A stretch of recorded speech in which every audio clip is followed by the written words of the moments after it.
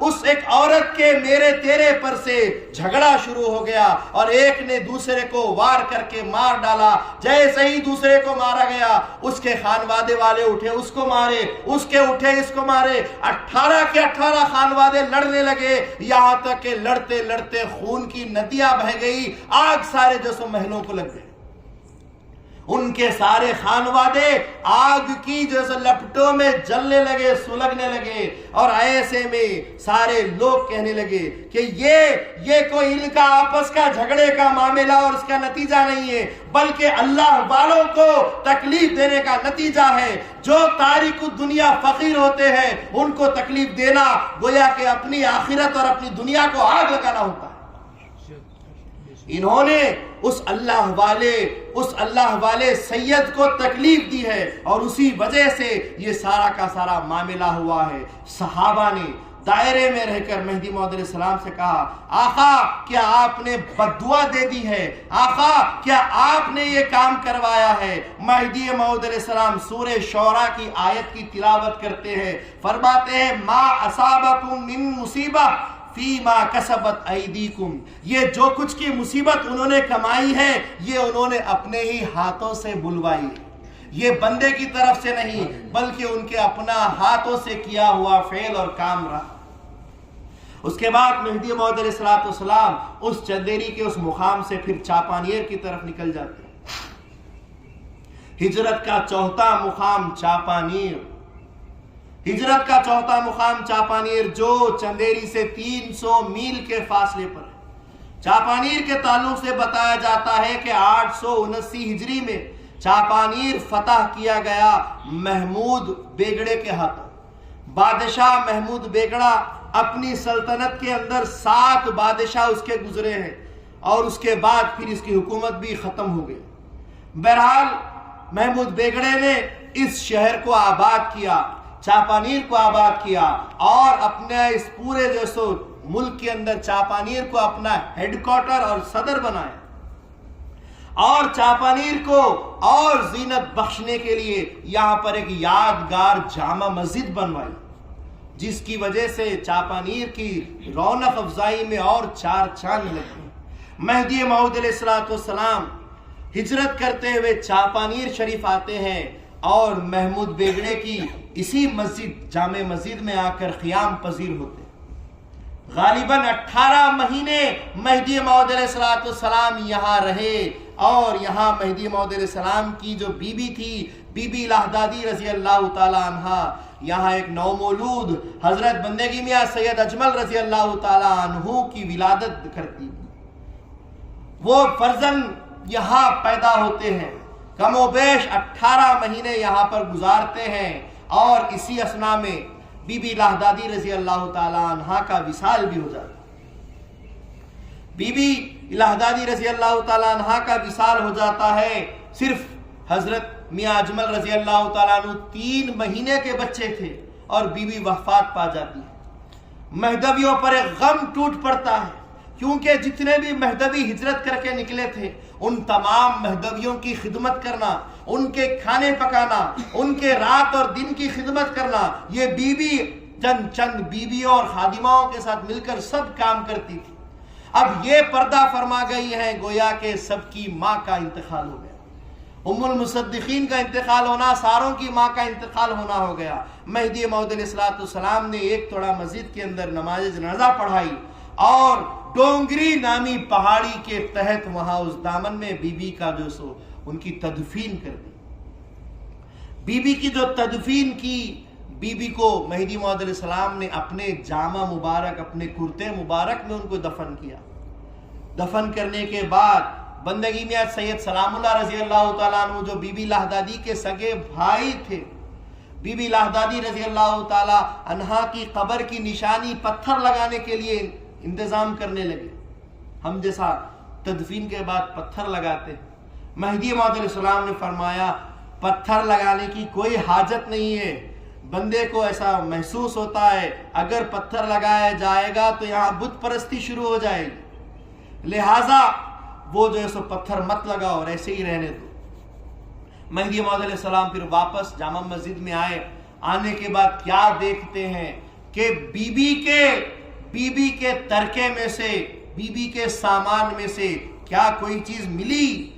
تو معلوم ہوا، پتا چلا کہ ایک سونے کا سکہ موجود تھا، ایک سکہ موجود ہے۔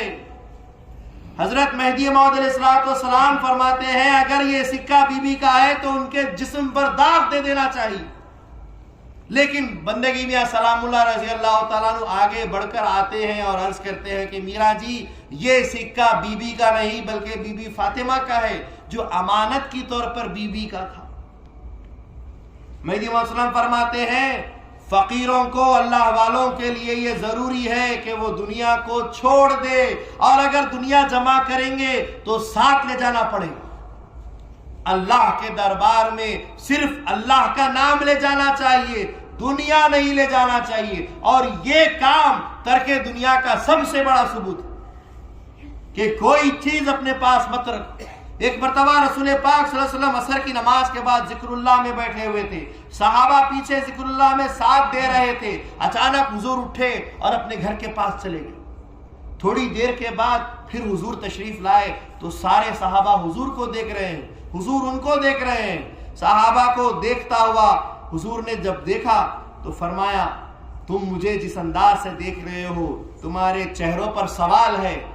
کہا کہ یا رسول اللہ غیر عادت آپ کبھی ذکر اللہ سے اٹھ کر کہیں نہیں جاتے، غیر عادت آپ کہاں چلے گئے تھے، ہمیں یہی سوال ہے۔ حضور نے فرمایا تمہارا یہ سوال تمہارے لیے تعلیم بنتا ہے، تمہارے لیے تعلیم کا سبب بنتا ہے۔ میں جو گیا تھا اچانک مجھے اللہ کی طرف سے پتا چلا کہ کچھ سونے کے سکے میرے گھر میں رہ گئے ہیں اور سورج ڈوبنے والا ہے۔ ایک نبی کے گھر میں سونا دنیا رہتے ہوئے رات ہو جائے، سورج ڈوب جائے، ایسا ہرگز نہیں ہو سکتا۔ فوراً رسول پاک صلی اللہ علیہ وسلم گئے اور اس سونے کو خیرات کر دیا اور واپس مسجد میں آ گئے کہ کوئی مہدوی اسلام سے الگ کام نہیں کرتا۔ حضور نے دنیا کو شام ہونے سے پہلے خیرات کر دیا تو مہدوی کیسے دنیا میں اپنے پاس یہ چیز رکھ لیتے؟ رات ہونے سے پہلے، مرنے سے پہلے کوئی چیز پاس نہیں، اسی وجہ سے بی بی کے پاس بھی کوئی دنیا موجود نہیں تھی۔ اس طریقے سے بی بی کی تدفین ہوئی۔ اس نونہال چھوٹے سے بچے کو حضرت مہدی موعود علیہ السلام پھر ثانی مہدی رضی اللہ تعالی عنہ کے حوالے کرتے ہیں۔ اسی اثنا میں ایک اور ذات جن کا نام حضرت بندگی میاں شاہ نظام رضی اللہ تعالیٰ عنہ ہے، جو ملک جائز کے بادشاہ تھے، جنہوں نے بچپن میں ہی قرآن کا حفظ کر لیا تھا، اہل زبان تھے، لیکن اللہ تبارک و تعالیٰ کی محبت میں گرفتار بھی تھے۔ اس گرفتاری کی وجہ سے یہ تخت شاہی اپنے چھوٹے بھائی کے سر پہ رکھ دیا اور کلاه افتخار فقیری کی باندھ کر اللہ کی طلب میں ڈھونڈتے ہوئے خدا والوں کو نکل پڑے۔ یہاں تک کہ حج بیت اللہ کو چلے گئے، وہاں لوگوں سے پوچھا کہ خدا کو دکھا دو، خدا سے ملا دو۔ کہا کہ آپ کا ظرف، آپ کا برتن بہت بڑا ہے اور ہماری تعلیمات بہت چھوٹی ہیں۔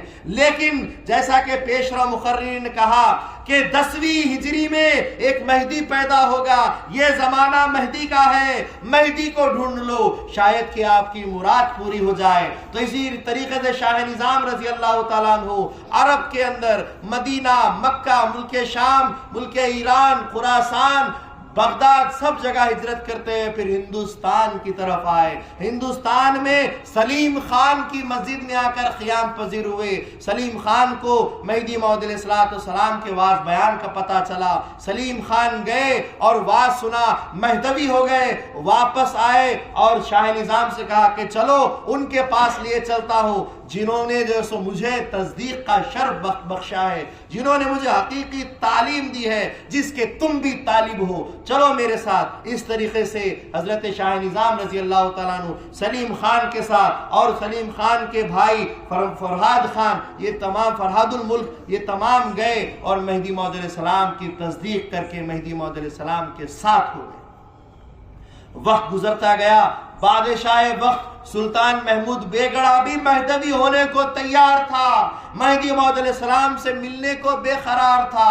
روایات میں آتا ہے کہ مبہم طور پر وہ مہدوی بن بھی چکے ہیں۔ ملاقات کے لیے جانے کا جب ارادہ کیا تو وزیروں نے سمجھایا کہ یہ جو حکومت کی جو سو باتیں ہیں، حکومت کی جو سے معاملات ہیں، اس وجہ سے آپ نہ جائیں ورنہ حکومت پریشانی میں آ جائے گی۔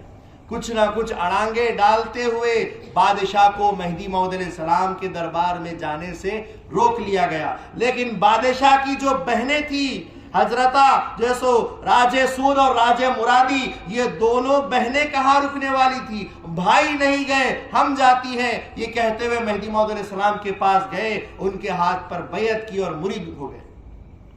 اس طریقے سے 18 مہینے کا سفر یہ چاپانیر کا ختم ہوا۔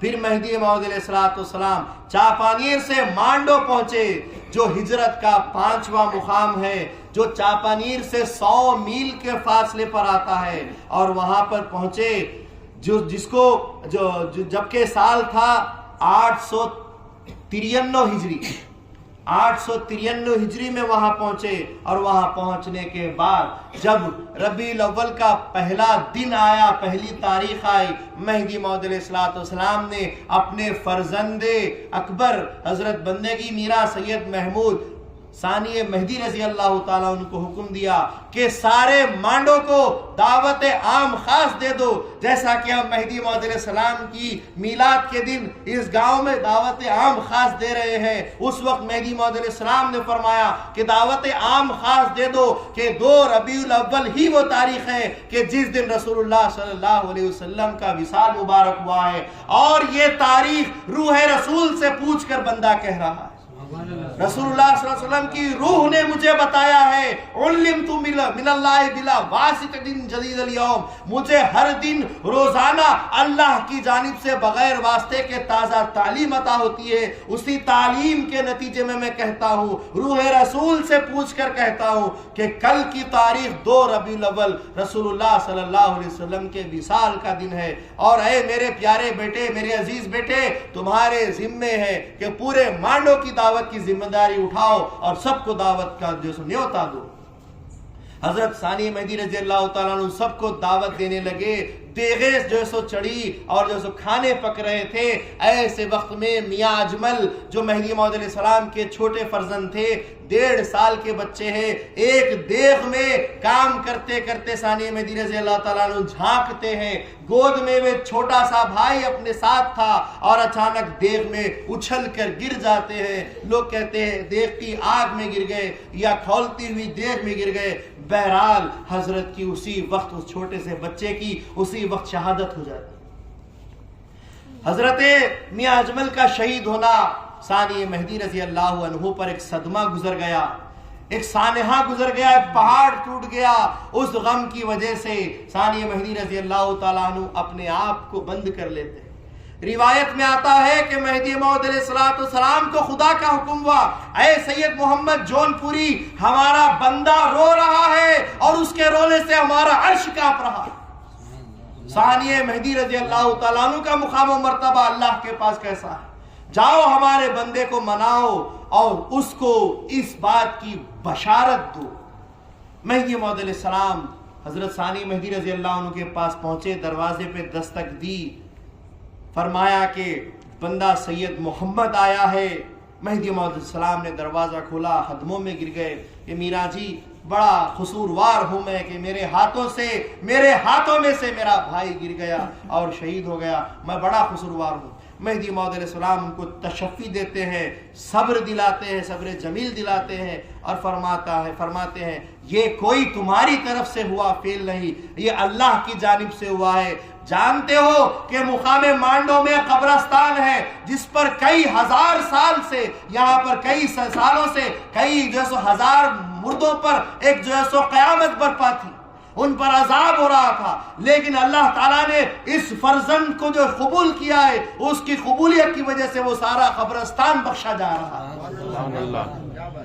یہ معاملہ اللہ کی طرف سے ہوا ہے، یہ ہم کو ایک بشارت ہے اس فرزند کی طرف سے، اس کی شہادت رائے گا نہیں بلکہ اللہ تعالیٰ کی طرف سے ایک عطا ہے۔ یہ فرمایا اور ان کو تشفی دی.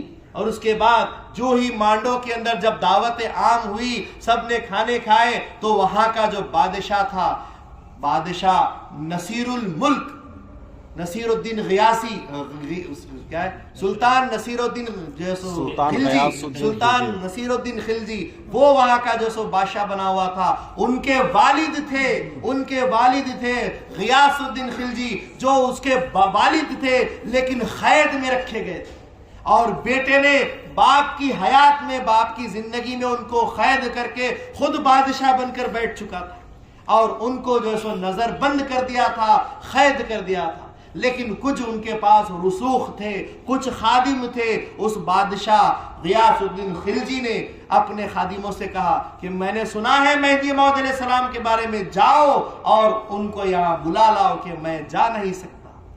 خادم گئے، موعود علیہ السلام کے سامنے اپنی بات رکھی. مہدی موعود علیہ السلام نے فرمایا بندہ کہا جائے.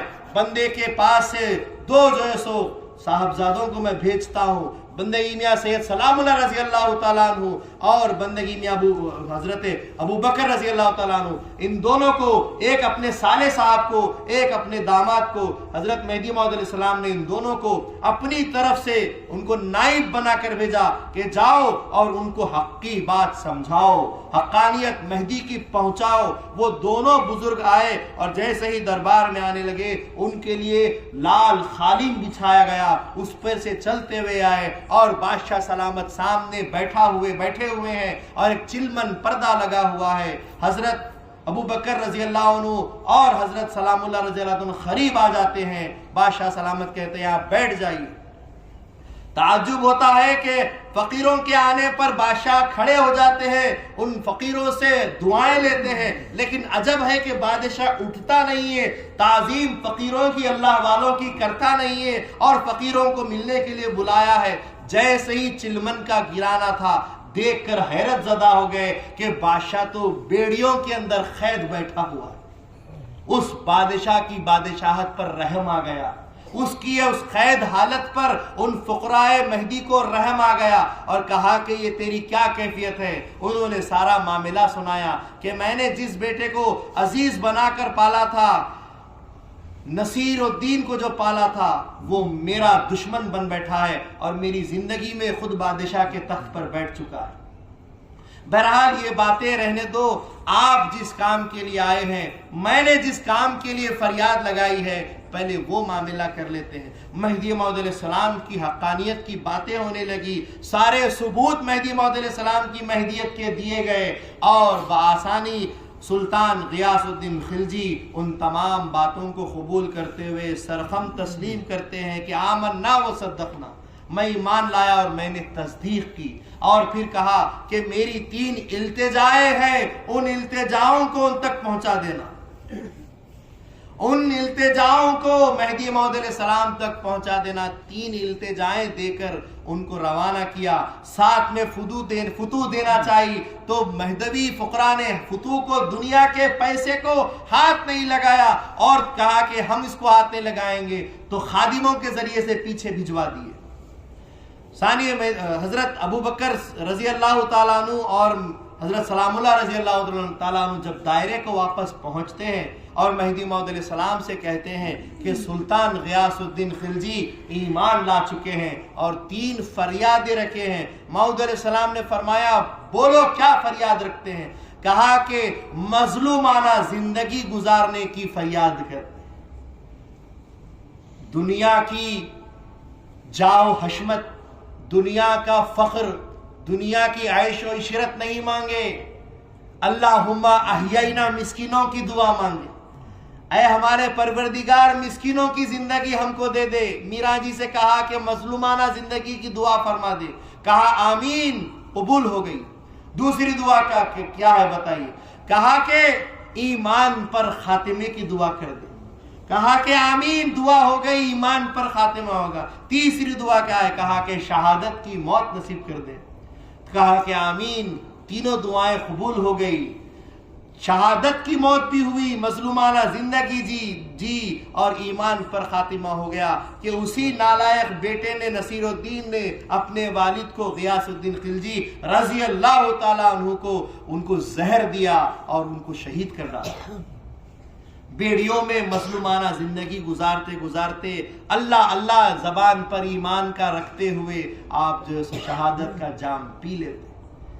بادشاہ ہو کر بھی فقیری کی موت مرنا، دنیا رکھتے ہوئے بھی ترک دنیا کی موت مرنا مہدویوں کی شان ہے۔ مہدویوں کے بادشاہوں کا مقام ہے کہ بادشاہت رکھتے ہوئے بھی فقیری کی موت کو، مظلومانہ زندگی کو، مسکینوں کے ساتھ زندگی گزار کر مرنے کو اپناتے ہیں۔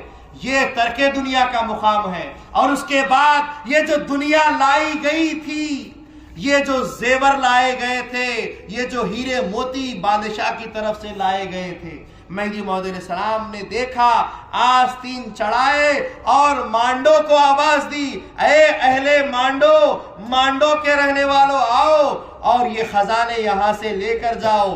بندہ سویت کر رہا ہے، سب کو سویت کر دی گئی، یہاں تک کہ ایک مالا بچ گئی تھی، ایک تسبیح بچ گئی تھی جس کے اندر ایسے ہیرے تھے کہ محمود بادشاہ بیگڑا جو تھا اس کے محمودی سکوں کے 1 کروڑ کی وہ تسبیح تھی۔ اس زمانے کے 1 کروڑ آج تو 100,000 کھرب کی تسبیح ہو سکتی تھی۔ ویسی تسبیح کو حضرت بندگی میاں سید سلام اللہ رضی اللہ تعالیٰ عنہ عرض کرنے لگے کہ میرا جی یہ ایک تسبیح رہنے دیجئے، میرا جی یہ تسبیح بڑی اچھی لگتی ہے، رہنے دیجئے۔ مہدی موعود علیہ السلام نے فرمایا ہاتھ نہ لگانا، حاضت دنیا، یہ دنیا ہے اور ہم مہدوی خدا کو گن کر نہیں لیتے نام۔ یہ تسبیح مہدویوں کے لیے کیوں؟ ہم تو اللہ کو انگنت دے رہا ہے، انگنت سانسیں دے رہا ہے، انگنت ہم کو پلکیں جھپکا رہا ہے، انگنت سنا رہا ہے، انگنت کھلا رہا ہے، انگنت چلا رہا ہے۔ ایک نام اس کو دینا ہے، وہ بھی جپ کر دے، وہ بھی گن کر دے۔ ہم مہدوی خدا کے ذکر کو گنتے نہیں ہیں تو تسبیح ہمارے کس کام کی ہے؟ موعود علیہ السلام نے فرمایا ہاتھ نہ لگانا، یہ دنیا ہے۔ اور اپنی چھڑی مبارک اسالی اور ایک مانگنے والا درویش بھکاری آیا، اپنے عصا سے اس کو اچھال کر دائرے کے باہر اس کی جھولی میں ڈال دیا اور فرمایا کہ حاضر دنیا لے جاؤ۔ ہاجرو من الدنیا و ما فیہا، حضور نے فرمایا دنیا کو اور دنیا کے چیزوں کے چھوڑ کر ہجرت کر جاؤ، نکل جانے کا نام ہے۔ لیکن جو سویتیں تقسیم ہوئی تھی، وہ سویتیں مانڈوں کے اندر جو بانٹی گئی تھی، دائرے کے فقیروں میں بھی بانٹی گئی تھی۔ دائرے کے فقیروں نے جیسے ہی تھوڑے بہت پیسے دیکھے، بازاروں میں جا کر خریدنے لگ گئے، سامانوں میں لگ گئے۔ آج کے فقیر دنیا داری کے لیے بازاروں میں جاتے ہیں، بازاروں میں دکانوں میں کھڑے رہتے ہیں، بازاروں کی محفلوں کو پسند کر رہے ہیں۔ آگاہ ہو جاؤ، مہدی موعود علیہ السلام نے جب دیکھا کہ فقراء ذکر کے وقت میں، نمازوں کے وقت میں موجود نہیں ہے اور بازاروں کی طرف رخ کر رہے ہیں، مہدی موعود علیہ السلام نے فرمایا یہاں پر اللہ کا اب جو ہے سو قہر ہونے والا ہے، یہاں پر سکونت کرنا اب برابر نہیں ہے۔ مہدی موعود علیہ السلام نے فرمایا اللہ کا حکم ہو رہا ہے، ہجرت کرنا ہے۔ اور مہدی موعود علیہ السلام اس مقام کے مانڈوں سے ہجرت کرتے ہوئے چھٹے مقام دولت آباد پہنچ جاتے ہیں، جو 260 میل کے فاصلے پر موجود ہے۔